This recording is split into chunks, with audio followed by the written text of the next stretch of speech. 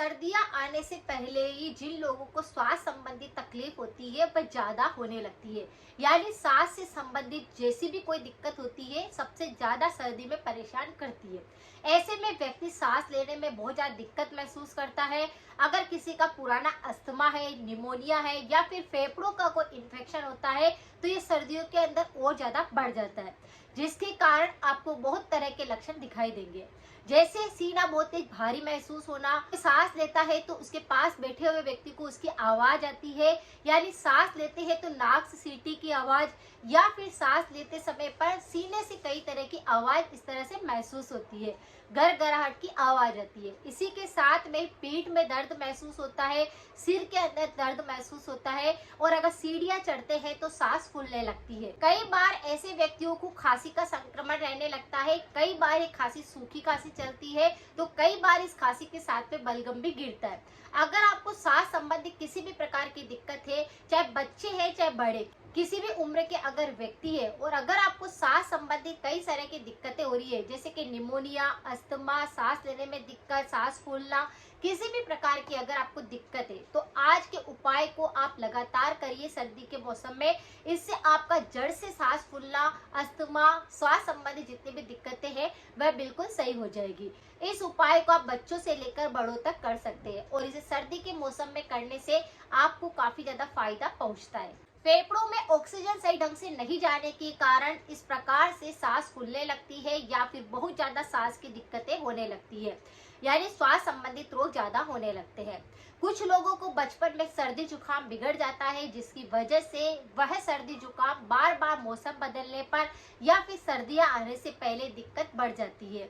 कुछ लोगों को एलर्जी होती है कि जैसे धूल मिट्टी के कारण एलर्जी हो गई, कुछ खाना खाने से एलर्जी हो गई या मौसम बदलने से एलर्जी होती है, तो भी आप देखेंगे कि श्वास संबंधित रोग ज्यादा होने लगते हैं।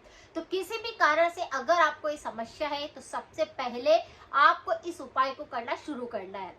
जिस उपाय की बात मैं कर रही हूँ वह है पीन खजूर का दूध, यानी 2 पीन खजूर भी अगर आपने दूध के अंदर बॉईल कर लिए तो आप देखेंगे कि आपकी सांस संबंधी जितने भी तकलीफें हैं वह बिल्कुल जड़ से सही होने लगी है। ऐसे तो पीन खजूर सर्दी के मौसम में बहुत ज्यादा मात्रा में मिलती भी है और इसके हमारे शरीर के लिए काफी ज्यादा फायदे होते हैं। अगर मैं फायदे गिनाने जाऊं तो कई तरह के पौष्टिक तत्व इसके अंदर होने के कारण यह हमारे शरीर में काफी सारे रोगों पर काम करता है। जैसे अगर किसी व्यक्ति का खून नहीं बढ़ता है, हीमोग्लोबिन की कमी आने लगती है, तो आप अगर पीन खजूर का सेवन करते हैं तो आपकी खून की कमी होती है वह दूर होने लगती है। अगर आपको किसी को भी खांसी का संक्रमण होता है या सर्दी जुकाम बहुत ज्यादा होता है तो पीन खजूर का दूध लेने से या फिर पीन खजूर का सेवन करने से यह संक्रमण भी सही होता है। बहुत सारे लोगों की रोग प्रतिरोधक क्षमता कमजोर होती है जिसके कारण सुबह से लेकर शाम तक काम करने के बाद उनको थकान से महसूस होने लगती है, एनर्जी बिल्कुल डाउन होने लगता है। लेकिन अगर इस प्रकार की किसी को शिकायत है तो पीन खजूर का सेवन करते हैं तो उनके शरीर में ऊर्जा लेवल बढ़ता है और इम्यूनिटी बूस्ट होती है। हमारे लंग्स के लिए और हार्ट के लिए काफी ज्यादा यूजफुल होता है। अगर कोई भी 2 पीन खजूर का सेवन रोज करता है तो आपके लंग्स संबंधी जितने भी दिक्कत होती है वह तो सही होती है, या आपके हार्ट को मजबूत करता है, कोलेस्ट्रॉल लेवल को बिल्कुल सही कर देता है और साथ में अगर किसी व्यक्ति को ब्लड प्रेशर की शिकायत होती है तो उस पर भी काम करता है।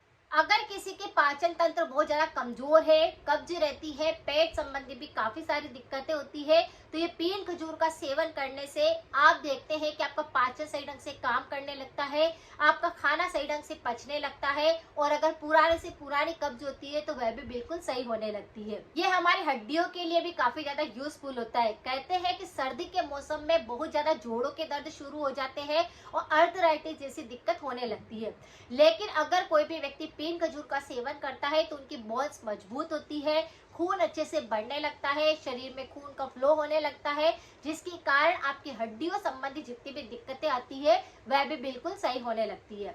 अब बात करते हैं कि इसकी तासीर जो होती है वो तो थोड़ी गर्म होती है, इसीलिए इसे सर्दी के मौसम में लिया जाए तो काफी ज्यादा फायदा पहुंचता है।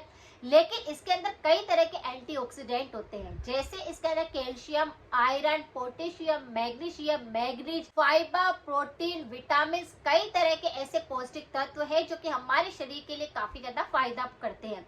हम अगर 2 पीन खजूर का सेवन भी रोज कर लेते हैं तो हमारे शरीर में खून की वृद्धि होने लगती है, हमारे पाचन सही ढंग से काम करने लगता है, रोग प्रतिरोधक क्षमता सुधरने लगती है और हम देखते हैं कि हमारे शरीर में एनर्जी बढ़ने लगी है। इसी के साथ में सर्दी में जितने भी रोग होते हैं वह आपको छू भी नहीं पाते हैं, तो इसका आप कई तरह से सेवन कर सकते हैं। तो सांस की बीमारी में अगर आपको अस्थमा है, आपको लंग से संबंधित दिक्कत है, कफ बहुत ज्यादा बनता है, तो यहाँ पर आपको इसके किस तरह से रेमेडी करनी चाहिए।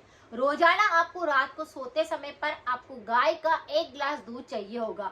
हमेशा ध्यान रखिए कि भैंस का जो दूध होता है वह आपके शरीर के अंदर और ज्यादा वसा को बढ़ा देता है, इसी कारण मोटापा ज्यादा आने लगता है और शरीर में कई रोग होने लगते हैं, वह सही ढंग से पचता नहीं है। लेकिन अगर आप गाय का दूध यूज करते हैं तो पतला होता है, जिसके साथ में कई तरह के पौष्टिक तत्व होते हैं और हमारे पाचन पर वो काम करता है। उसे अच्छे से गर्म करने के लिए रख देना है और जब वो बॉईल होने लग जाए तब 2 पीन खजूर को आपको लेना है, उसे साफ कर लेना है, धो लेना है, उसके अंदर से जो बीज निकलता है उसको निकाल देना है। उसके बाद में इसे छोटे छोटे टुकड़े करके आप दूध के अंदर डाल करके बॉईल कर लीजिए। दूध में अच्छे से पक जाएगा, इसकी खीर टाइप बनने लग जाएगी, खुशबू आने लग जाएगी। तब उसके अंदर आप साबुत जो मिश्री आती है धागे वाली, सफेद वाली मिश्री, उसका प्रयोग कर सकते हैं मिठास के लिए। तो यहाँ पर आपको जितनी क्वांटिटी के अंदर शक्कर मिठास चाहिए उसका प्रयोग कर सकते हैं। वैसे तो पीन खजूर अपने आप में ही काफी मीठा होता है, इसीलिए आप इसे ना भी डालें शक्कर या मिश्री तो भी कोई फर्क नहीं पड़ता है। लेकिन किसी को ज्यादा मीठा खाने की आदत होती है तो आप आपके हिसाब से यहाँ पर साबुत मिश्री का पाउडर डाल सकते हैं या फिर शक्कर भी डाल सकते हैं। फिर दूध को अच्छे से बॉईल हो जाए, जब वो 1 कप दूध रह जाता है, अच्छे से गाढ़ा गाढ़ा उसका रूप हो जाता है, तब उसको आपको एक कप में निकाल लेना है और फिर चम्मच की सहायता से आपको पीन खजूर को चबा चबा कर अच्छे से खाना है और साथ में उस दूध को अच्छे से सीप सीप करके पीना है। अगर आप इन दोनों का उपाय रात को सोते समय जब बिस्तर पर जा रहे हैं कि अब आपको कुछ भी नहीं खाना है पीना है, तब इसका सेवन करके रात को ओढ़ करके, ठंड के दिन है तो इस पर चादर ओढ़ करके आप सो जाइए। आपके सीने में जो कफ जम रहा होगा वह निकल जाएगा, आपके सीने में जो दर्द महसूस हो रहा है वह ठीक हो जाएगा। अगर आपको बलगम वाली खांसी चल रही है तो वह बिल्कुल सही हो जाएगी। सर्दी जुकाम बिल्कुल ठीक होने लग जाएगा, आपकी रोग प्रतिरोधक क्षमता बढ़ जाएगी और अगर सांस संबंधी जितने भी आपको रोग हो रहे हैं, इनहेलर का प्रयोग कर रहे हैं, वह भी बिल्कुल छूट जाएगा। ये सभी श्वास संबंधित रोगों पर काम करता है। आपका निमोनिया ठीक होने लगेगा, अस्थमा ठीक होने लगेगा, बचपन का सर्दी जुकाम ठीक होने लगेगा और कई लोग तो ऐसे होते हैं जिनको 12 ही महीने सर्दी जुकाम रहता है तो वह भी बिल्कुल ठीक होने लगता है। यानी ये साइनस, कोल्ड, कफ पर रामबाण का काम करता है। तो बस इस दूध को बनाकर रोजाना रात को सोते समय पर लीजिए। शरीर के कई रोगों को ये ठीक करेगा, लेकिन आपके स्वास्थ्य संबंधी रोगों पर तो रामबाण का काम करेगा, तो इसका प्रयोग आपको करना है। अब हमेशा ध्यान रखें कि मैं हमेशा परहेज की बात करती हूँ, क्योंकि कोई सा भी उपाय आप कर ले लेकिन परहेज नहीं करते हैं तब तक रेमेडी काम नहीं करती है। सबसे पहले आपको यह परहेज करना है कि आपको ठंडा का सेवन बिल्कुल नहीं करना है, अचार का सेवन बिल्कुल नहीं करना है। जब तक आप इस दूध का सेवन करते हैं तब तक आपको खट्टी चीजों का सेवन नहीं करना है। तो आप देखेंगे कि आपके अंदर फर्क महसूस हुआ है, आपकी रोग प्रतिरोधक क्षमता मजबूत हुई है, आपकी एनर्जी लेवल आप 2 या 4 दिन के अंदर ही देखेंगे तो काफी ज्यादा बढ़ जाएगी। और जिन लोगों को सर्दी के अंदर ठंड बहुत ज्यादा लगती है, कपकपी लगती है ठंड के कारण, सर्दी बहुत ज्यादा महसूस होती है, तो इससे गर्माहट मिलेगी और आपका पाचन बिल्कुल सही ढंग से काम करने लग जाएगा, शरीर में एनर्जी लेवल बढ़ जाएगा। तो इसका प्रयोग आप करिए अगर आपके स्वास्थ्य संबंधी रोग ठीक करने हैं। अगर जानकारी थोड़ी सी भी यूजफुल रही है तो सभी के साथ शेयर करें, सपोर्ट करें। मिलते हैं फिर नेक्स्ट जानकारी के साथ में। Thank you so much.